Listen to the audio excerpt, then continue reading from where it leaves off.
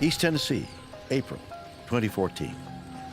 University of Toledo biologist Dr. Henry Strebe and his team are studying a species of songbird called golden-winged warblers. It's well known that the tiny birds, small as your thumb, migrate thousands of miles to the Tennessee forests every year to mate. But no one could figure out where they went afterward. So the scientists devise a way to track them. We were trying to determine why these birds had to move. But when you have an animal that's only 9 grams, a GPS unit is too heavy. So we needed a very tiny tracking device called a light level geolocator that these golden wing warblers can carry throughout their entire migration for a year. All they are is a computer chip and a battery and a light sensor that can estimate approximately where you are on the Earth. Dr. Strebe and his team started tracking the birds when they arrived in Tennessee at the beginning of their mating season, which is supposed to last for at least a month. But when they analyzed the birds' location data, they realized that something strange had happened. These birds were settling into their breeding season for 2 weeks and then just left. That was unheard of. And then the question was, why? And we noticed this pattern where it seemed as if they had backtracked to the Gulf Coast and even onto Cuba. And being good skeptical scientists, we thought, okay, how did we mess up? So we started ruling out all these possible errors in our analysis. We went through and meticulously checked each data point, and we couldn't find anything that explained why these birds seemed to have moved.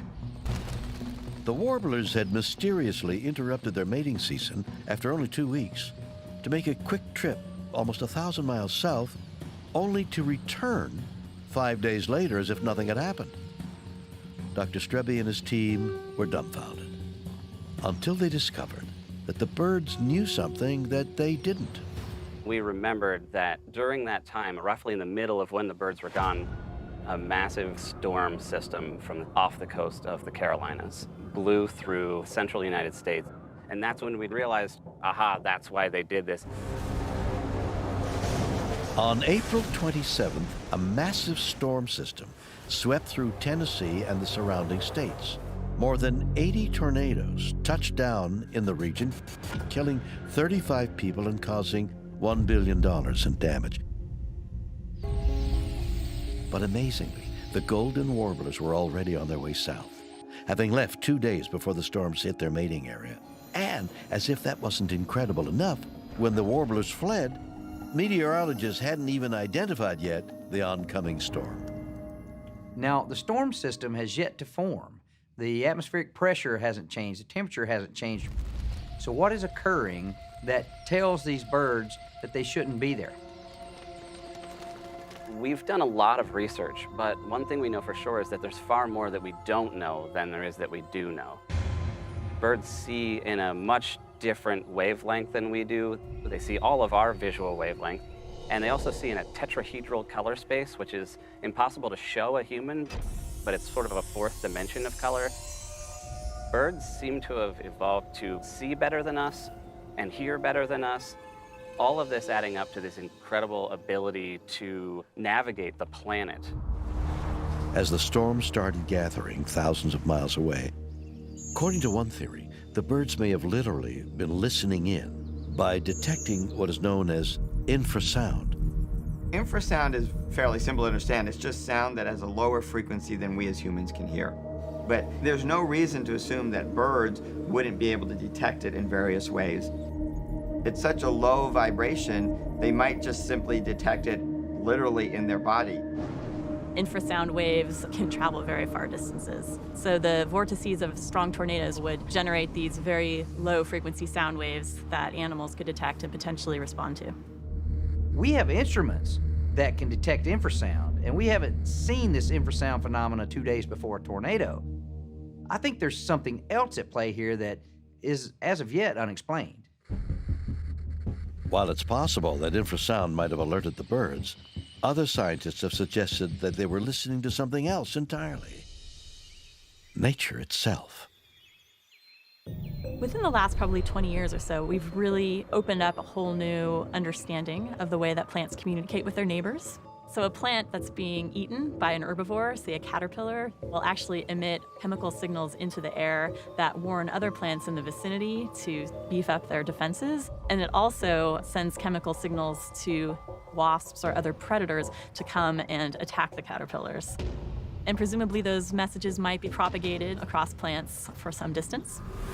So there's a lot of intricate communication webs going on. It seems very unlikely that it was just a coincidence and these birds moved out of the way and got lucky. So it isn't completely impossible to think the plants could be receiving some signal from far away, and their response to that is picked up by the birds as kind of a passive communication. But until we can ask the birds themselves, parts of this are just going to remain unexplained. If the golden-winged warblers are any indication, perhaps we should pay closer attention when a flock of birds is headed towards the horizon. Or when encountering an animal that most of us assume is just a playful and cuddly feline, but who some believe is the most intelligent and cunning of all.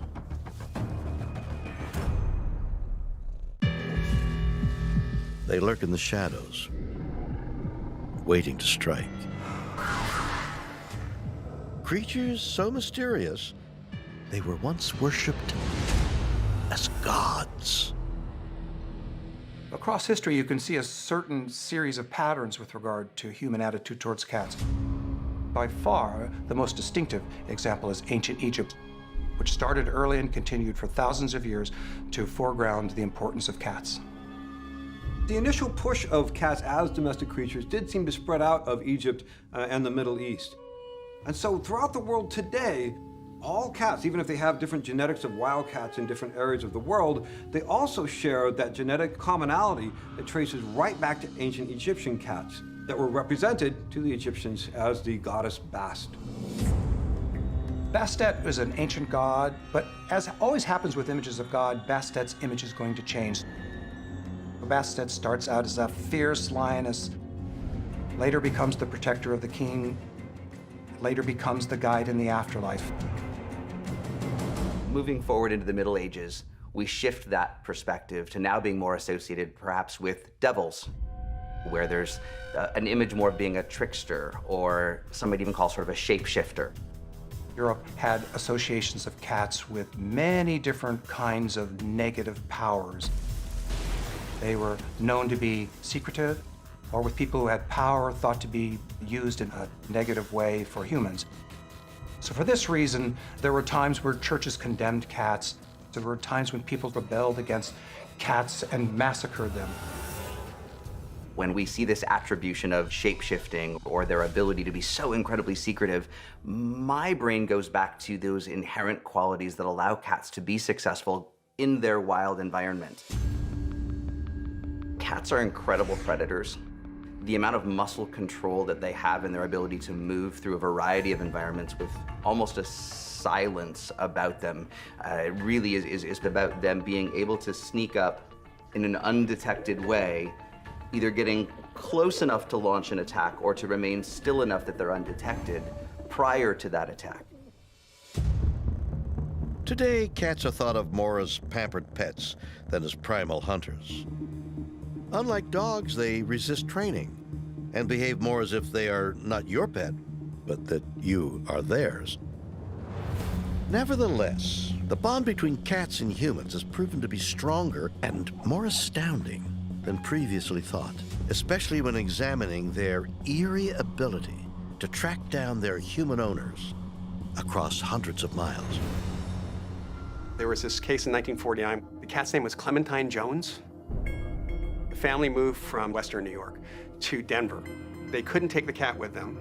They left the cat with some friends, and they got a call a while later that the cat had disappeared. 4 months later, this cat showed up at their door. It was their cat. That's a 1,600-mile commute for that cat. 1,600 miles in 4 months? It seems nothing short of miraculous. And yet, there have long been stories of cats traversing vast distances, and we don't know how they do it. When I think of a story where a cat has traveled an incredible distance in order to go from point A to point B, lots of questions come to mind for me as a scientist. Is there a scent trail, essentially, that they're following that allows them to navigate that space?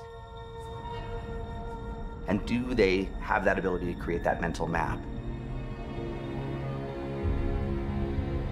We know cats potentially have other types of navigational capacities too that we don't even know about, that sort of harken back to their ancient ancestors who maybe need to roam great distances in order to hunt, for example, and home their way back to their den.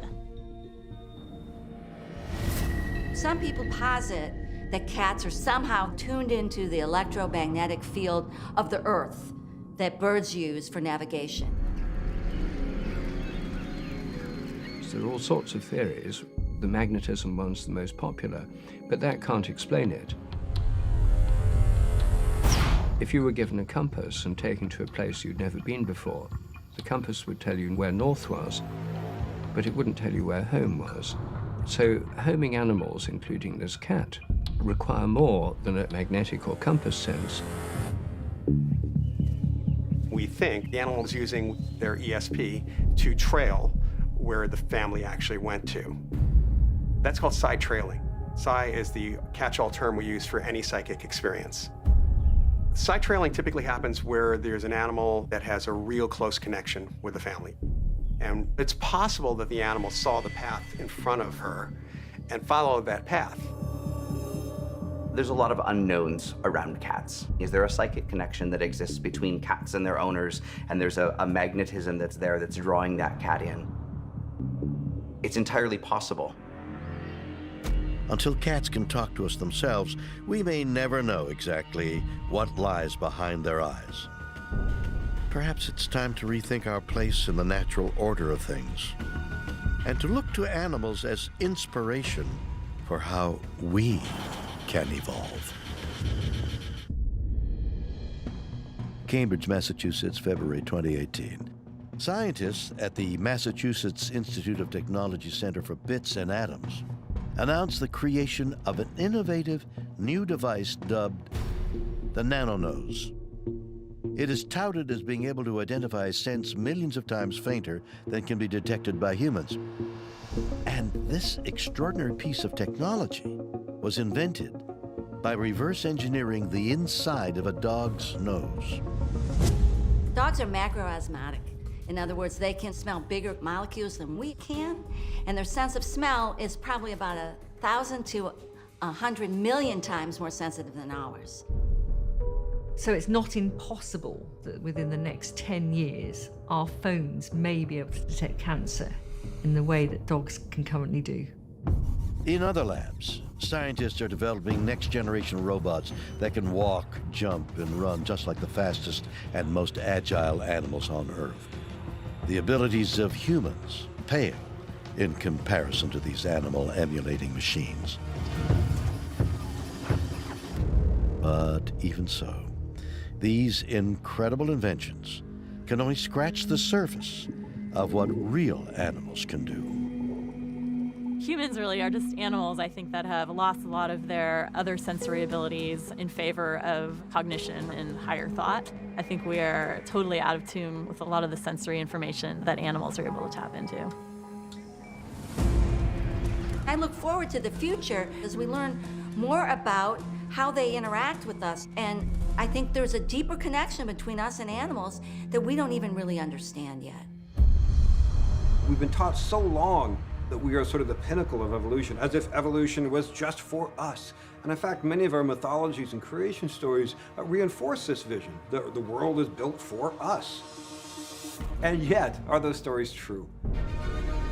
Now that we're becoming more and more aware of how close we are connected to all these other organisms, and how much of a part we all are of each other, it causes us to reassess this notion that we are somehow separate from the rest of life.